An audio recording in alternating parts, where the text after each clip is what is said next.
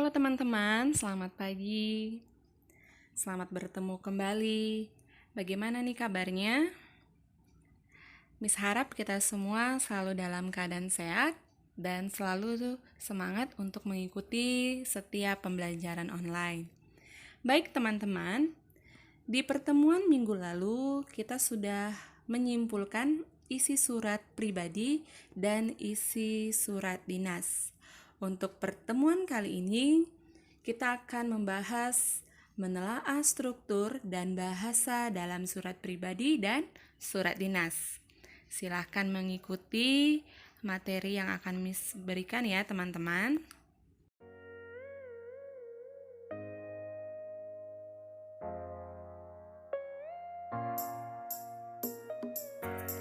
Ya, yang pertama struktur surat pribadi. Kamu sudah tahu tentunya pengertian dari struktur. Struktur itu adalah urutan yang ada di dalam setiap teks. Jadi masing-masing teks memiliki strukturnya yang berbeda. Untuk struktur surat pribadi, bisa kamu perhatikan. Yang pertama itu ada alamat dan tanggal surat. Alamat dan tanggal surat di sini maksudnya adalah tempat dan tanggal surat dibuat oleh si pengirim surat. Yang kedua, setelah penulisan alamat dan tanggal surat ditulis, ada alamat tujuan pengiriman surat. Yang ketiga, ada salam pembuka. Salam pembuka ini merupakan bagian dalam surat yang bertujuan untuk mengawali surat. Contohnya bisa salam kangen, hai Kevin, hai Delan, bagaimana kabarnya? Itu contoh dari salam pembuka. Yang keempat ada isi surat. Isi surat terbagi menjadi 3 unsur. Yang pertama pendahuluan atau pembuka surat. Maksudnya adalah berisikan pendahuluan atau pengantar untuk menyampaikan maksud dari sebuah surat. Yang kedua yaitu isi surat. Isi surat ini adalah segala sesuatu yang disampaikan atau yang ingin disampaikan oleh si penulis surat kepada si penerima surat. Dan yang ketiga ada penutup, adalah akhir atau bagian untuk mengakhiri suatu surat. Struktur yang kelima ada salam penutup. Salam penutup ini berada di bagian akhir yang berisikan ungkapan si pengirim surat kepada penulis surat. Dan struktur surat pribadi yang keenam ada nama dan tanda tangan pengirim surat. Di sini terdiri dari nama dan tanda tangan si penulis atau pengirim surat.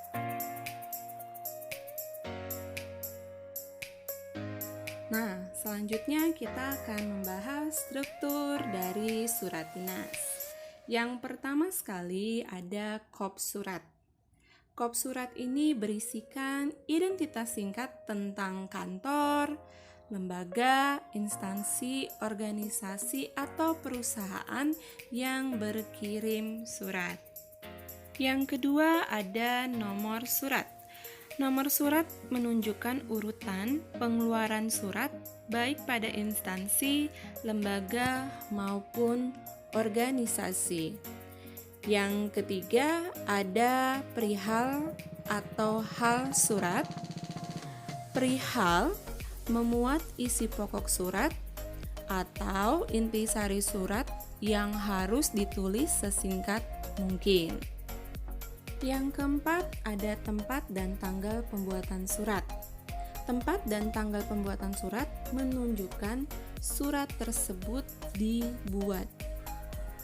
Selanjutnya yang kelima ada alamat pengiriman surat. Yang keenam ada salam pembuka. bagian surat yang merupakan kata pembuka, seperti contoh dengan hormat atau salam sejahtera. Bagian yang ketujuh ada pembuka surat atau paragraf pembuka, adalah bagian awal isi surat sebagai pengantar menyampaikan maksud atau isi dari sebuah surat. Yang kedelapan ada isi surat. Isi surat memuat segala sesuatu yang akan disampaikan si pengirim. Isi surat memuat waktu, tempat, dan acara yang disampaikan oleh si pengirim surat. Selanjutnya yang kesembilan ada penutup surat. Penutup surat berisi harapan dan ucapan terima kasih dari si pengirim surat. Selanjutnya yang ke-10 ada salam penutup. Salam penutup merupakan ungkapan rasa dari si penulis surat. Struktur selanjutnya yang ke-11 ada tanda tangan. Tanda tangan berisi tanda tangan dari si pengirim surat. Dan struktur yang ke-12 ada nama pengirim surat. Pengirim surat adalah orang yang bertanggung jawab terhadap instansi yang tercantum dalam surat.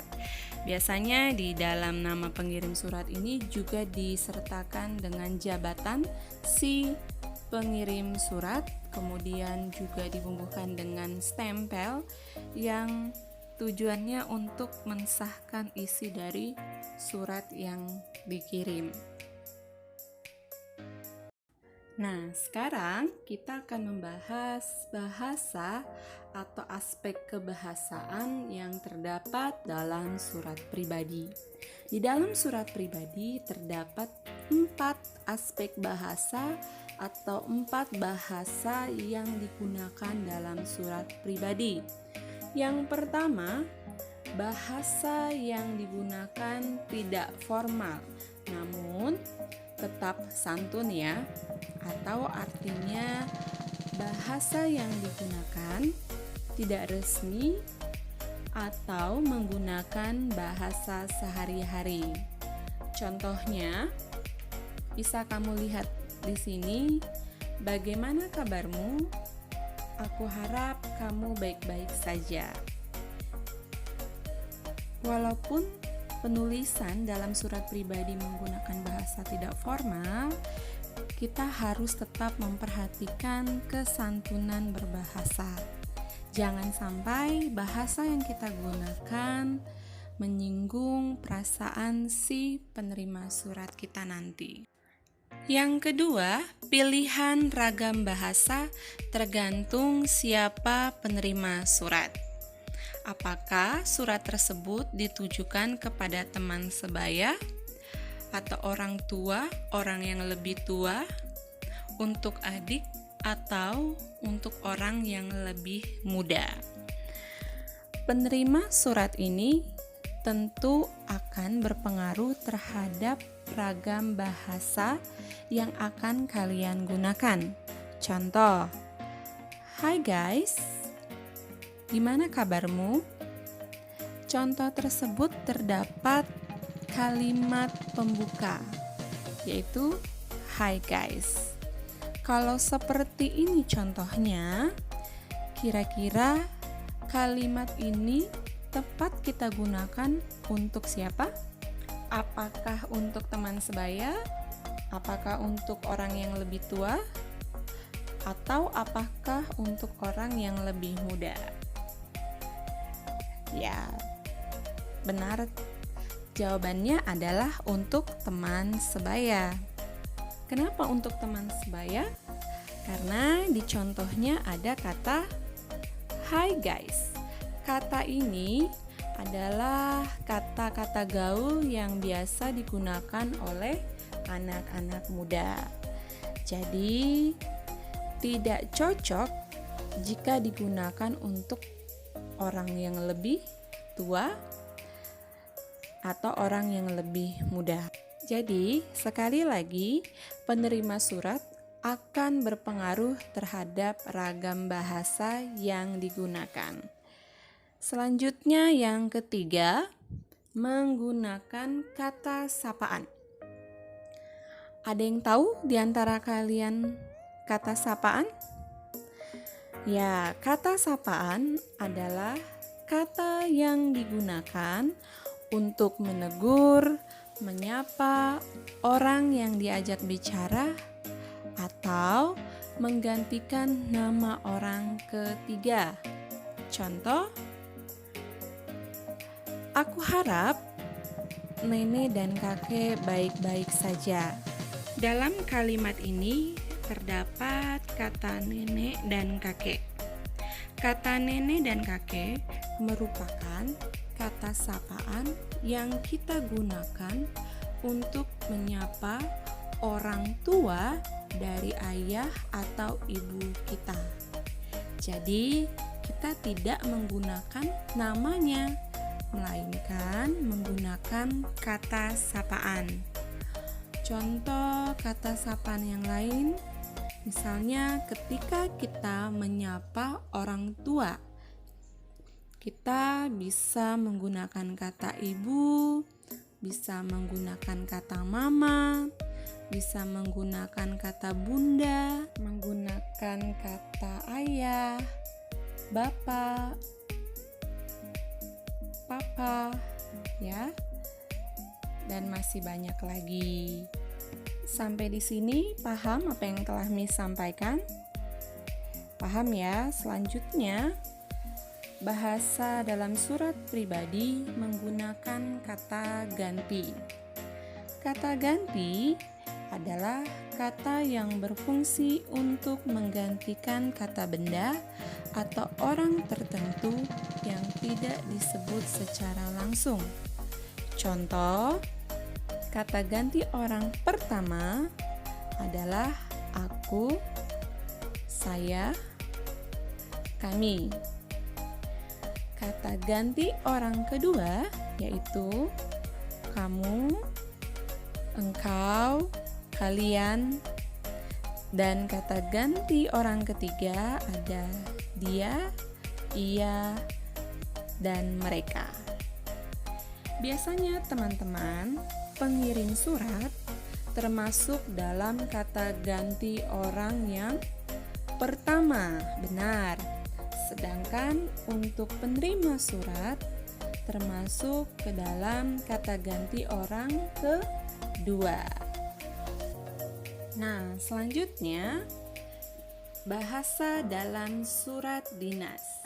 Yang pertama, menggunakan kata sapaan bersifat formal. Contoh di sini menggunakan kata sapaan bapak, ibu, saudara.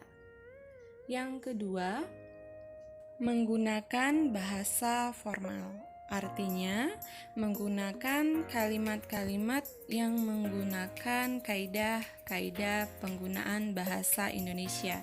Contohnya, kami selaku OSIS SMP Santo Ignatius mengajak seluruh warga untuk rajin mencuci tangan. Yang ketiga, menggunakan ragam bahasa resmi atau baku. Contohnya, tidak itu termasuk kata baku, kata tidak bakunya enggak. Dan contoh kata baku berikan, tidak bakunya yaitu kasihkan. Jadi inilah aspek kebahasaan yang terdapat pada bahasa surat dinas dan bahasa surat pribadi. Baiklah teman-teman, sampai di sini penjelasan mengenai struktur dan aspek kebahasaan surat dinas dan surat pribadi. Miss harap kalian semua bisa mengikuti dan memahami materi yang telah Miss sampaikan untuk pembelajaran kita kali ini. Bagi teman-teman yang mungkin masih ada yang kurang paham, boleh ditanyakan kembali kepada Miss, disampaikan melalui kolom komentar yang ada di Google Classroom. Selamat belajar, dibagi waktunya ya teman-teman untuk belajar membantu orang tua Tetap jaga kesehatan, tetap di rumah aja, dan juga jangan lupa untuk berdoa agar Tuhan selalu senantiasa memberkati kita, menyertai kita, dan memberikan kita kesehatan dan keselamatan. Sampai ketemu kembali, selamat siang, Tuhan Yesus memberkati.